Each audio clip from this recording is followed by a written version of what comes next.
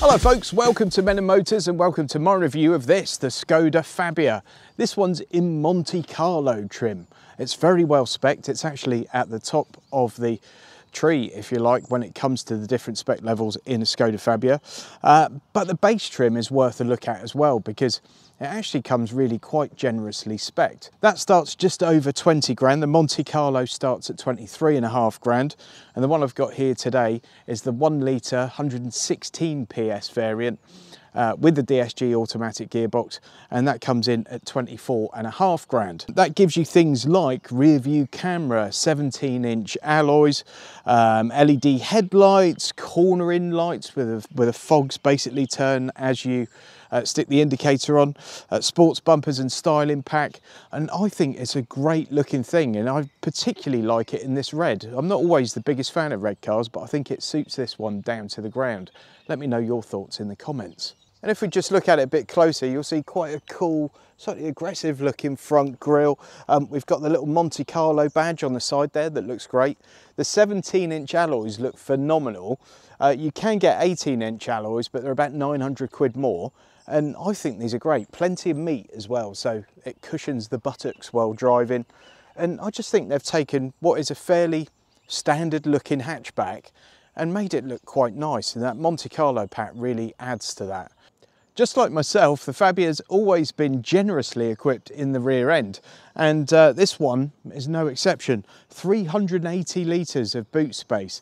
Now, to put that into context, that's the size of boot you're going to expect in a Golf.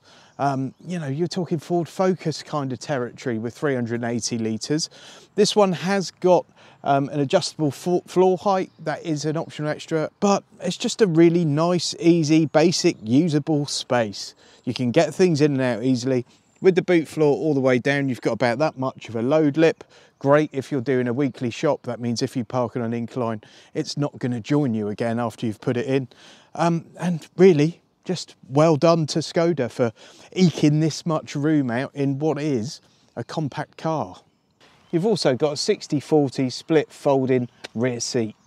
Now, there are a few options when it comes to the power plant, but they are all petrol. I'll talk about that more during the driving section of this video.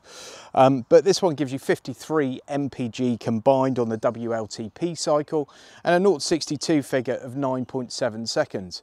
And actually, it works really well in the real world. Again, I'll cover that more in the test drive section, but this might just be the little gem to go for. There is a lower powered version of this same engine available and a 1.5 if you want something a bit livelier. But for me, this does the job. So when you get into the interior of the car, it's largely a very, very happy story. And that's because it's really well laid out. They haven't followed other manufacturers' leads and put loads of haptics in here. We've got sensible controls in sensible places with nice materials. Not luxurious materials at all. You know, it's all sort of quite plasticky, but they've used slightly different materials. So you know, the texture here is different to here, which is different to here. We've got this red stripe going along to brighten up a little bit. Obviously the car's red. We've got red dials on the virtual instrument display here, and that is a real triumph. It's really bold, really bright, nice and vivid, really clear, and you can change this up to make it do just about anything you want to. You can have a mixture of sat-nav information, dials, driving data. It's really great and very customizable. The infotainment system itself, firstly, let's start off by saying it's got wireless Apple CarPlay and I believe wireless Android Auto, although I can't test that. Apple CarPlay is an absolute dream on here. Really nice and bright, really smooth to use, not a great deal of lag or anything like that. And it does exactly what it says on the tin. If you go into the traditional Skoda infotainment system, it feels a little bit long in the tooth now. It's certainly quite familiar if you've driven Skodas of old. And but I guess if it ain't broke, don't fix it kind of thing. And that's certainly the case here because it is very straightforward, very simple. The only thing that's perhaps shown its age a little bit is the sat-nav, but it still does a really good job and is better than the sat-nav in quite a lot of cars that are much higher up the range than this one, if I'm being completely honest. As for volume and things, unfortunately it is a touch up and down there, but on the steering wheel you've got this lovely knurled metal dial, and the way they've done the steering wheel on this is my favourite in the entire VW Audi group, I think. It's just done so well. We've got proper buttons, and there aren't loads of them.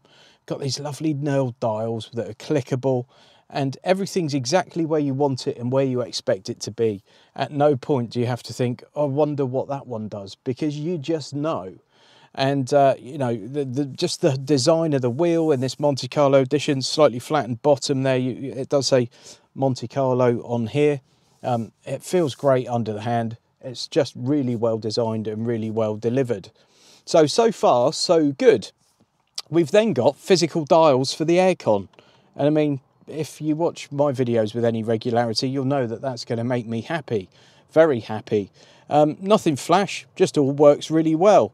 Then, down here, we have a great place to put your phone. Unfortunately, we don't have wireless charging. And I always think that's a great shame when you've got wireless Apple CarPlay and Android Auto, because you've then got to plug your phone in anyway if you want to charge it, which is disappointing. You don't get it on the Monte Carlo. It is an upgradable option, however.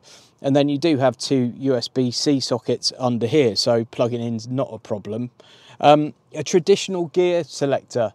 So many automatics now have a little thing up here, or you have a little sort of switchy thing down here. And they're just not as good or as easy or as natural to use as a good old-fashioned gear selector. So I'm delighted to see that in here. Then you've got your start-stop button, your drive modes, a traditional handbrake, couple of cup holders, and in here you've got a little cubby and a 12-volt charging socket. The seats are really nice and comfortable. They also look mega sporty in this Monte Carlo edition, and yeah, I think it's a nice design. We don't have leather, but there's a bit of sort of leathery effect stuff on the sides that looks a bit like carbon fibre, and then the rest of it's cloth. And I personally don't have a problem with the cloth seat. I think they're nice. You have got a bit of lumbar support here as well, but it is the manual ratchety type of thing, and they're not brilliant. But having said that, I've got plenty of lower lumbar support in here. The biggest thing about this car is that, the biggest thing about this car, we're in a small car essentially, but it feels like a big one. And you get a real sense of space in here and an airiness that you wouldn't expect to get from a car in this class. And I'll tell you what, although it's not full of quirks and bells and whistles and things, it just does everything brilliantly. And really hats off to Skoda, because some could say it's a bit dull because they've gone with the tried and tested, but it just works so well. Why not?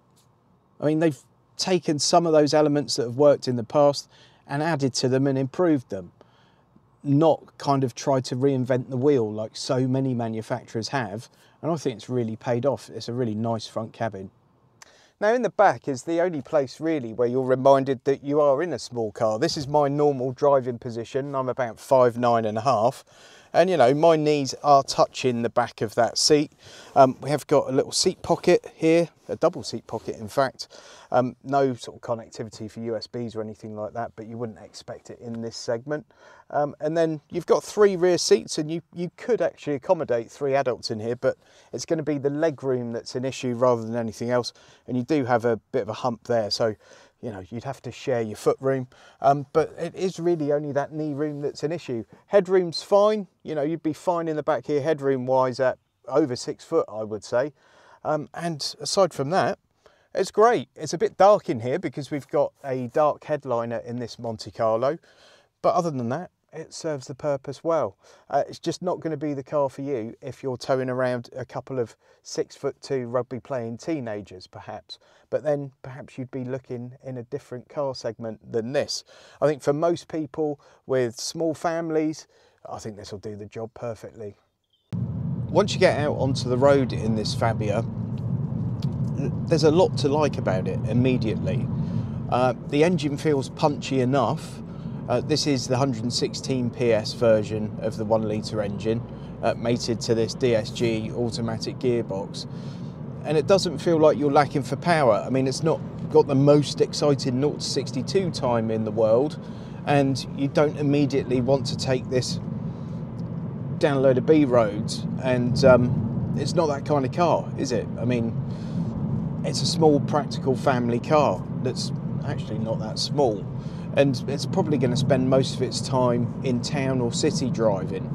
And in that regard, it's absolutely brilliant. It's got really light steering, so it's easy to park, it's easy to manoeuvre, just generally easy to deal with. The ride's pretty decent, even on these larger wheels that we've got here with this Monte Carlo spec car.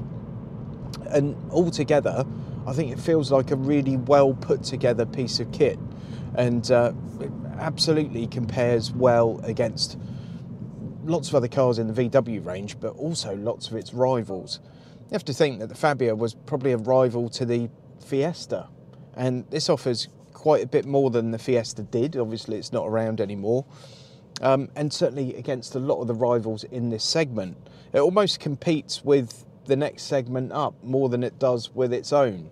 I mean, when you look at things like cabin space and practicality, and you compare this to something like a Renault Clio or a Peugeot 208, you know, this wins by a mile. Where they perhaps win is offering a bit more fun, perhaps, in certain aspects. And that's something about this car. It's a very sensible car, and it's a very sensible choice. Now, yesterday I did a reasonably long run in the car, and it performed absolutely fantastically. I averaged out over 50 mpg, 53 mpg actually. Around town, you will find it varies, by the way. Excuse me if you hear any bings and bongs during this, but I like to leave all the bings and bongs on so you can hear how obtrusive or unobtrusive they are in the real world. And in this case, they're fairly unobtrusive. They do their job of alerting you, but they don't hit you over the head with a hammer. I digress, as always. Yeah, the MPG around town, you probably get 40 plus from this driving around town, not particularly carefully, and I think that's more than adequate for a car like this, really. And obviously it's just a petrol, it's not a fancy hybrid or anything like that, it's just a petrol. And if you did want to get yourself a hybrid or a diesel, you are out of luck with this car, because it is only available as that petrol. Although you've got loads of different flavours. There's one with I think it's 90 PS, the entry version. You've then got this one at 116, and then you've got the 1.5, which gives you about 150 PS. That one's certainly going to feel fairly quick in this car, and that mates up nicely with the DSG gearbox as well. I haven't driven the entry-level version, but you know, if there's one that's going to feel perhaps a little bit strained and a little bit gutless in the lineup, it's going to be that one. But for a lot of people, it's probably going to serve them reasonably well. Now, the other great thing about this is it gives you lots of space and lots of everything, really. Really good technology, as we've already covered. But it's also not going to cost you the earth to insure. And at a time when insurance prices have never been higher, that should be a factor in your car buying decision, unless you've got money to burn, that is. I really am impressed with this car. I mean, it's not going to excite you. You're not going to get in this and come away from it with a big grin on your face because you've really enjoyed your driving experience. It's not that kind of thing, is it? It's like saying, well, this 3-ton SUV's not that great around fast bends. It's not at all for that particular job. But if you want a car that will just get you around effortlessly, that you can go and do a weekly shopping, you can take the kids, you can take the dog, and it's not going to cost you the earth to run, I think you could do a hell of a lot worse than have a look at this. It drives really, really nicely, it really does. And I've enjoyed my time with this car more than I thought I would. And I think that says something. The only area really where this car could be improved would be with the steering feel, in my personal opinion. It's very light, which is great around town, and as I said before, it's easy to manoeuvre because of that, etc. It's just a bit numb when you get out onto the faster roads. I mean, I'm out on a dual carriageway now, and it just feels a bit too numb and a bit too light. So you can sometimes find yourself making perhaps more micro adjustments than you might in some other cars. And the cabin insulation's not amazing. Passing traffic and things you're going to hear, and you get a fair amount of tyre rumble on these faster roads. But these are tiny, tiny little problems really. And for me, they don't really take the shine off what is a fantastic car. And the biggest downside is it's sensible. Is that a downside for you? Probably not, maybe not. But if you want something that's really good fun and lively and quirky, this is not that car. If you want something that's going to do its job and do it really well, this is the one. So if you're looking for a well-priced, roomy, practical, well-equipped family hatchback, or perhaps just a little city car that you can actually still take to IKEA, this is a really great place to look. In this segment, I think this has to be on your list of cars to consider. You know, it's up against things like the Clio and the Peugeot 208 and one or two others that might be slightly more exciting, might be a bit quirkier, might have a bit more of a character about them. But this is a sensible choice. It really is a great sensible choice. And I think it offers something that they don't in terms of that practicality. So, well worth a look. It gets a thumbs up from me, that's for sure. And I think you just have to look at Skoda as a brand now, and they're producing some really great solid cars. And it is becoming a bit of a thinking person's brand, and no longer the butt of jokes as it was in the 80s. Thanks for watching this one, folks. Please give the video a thumbs up. Please go and subscribe to Men and Motors, and let us know your thoughts about this Skoda Fabia in the comments. See you on the next one.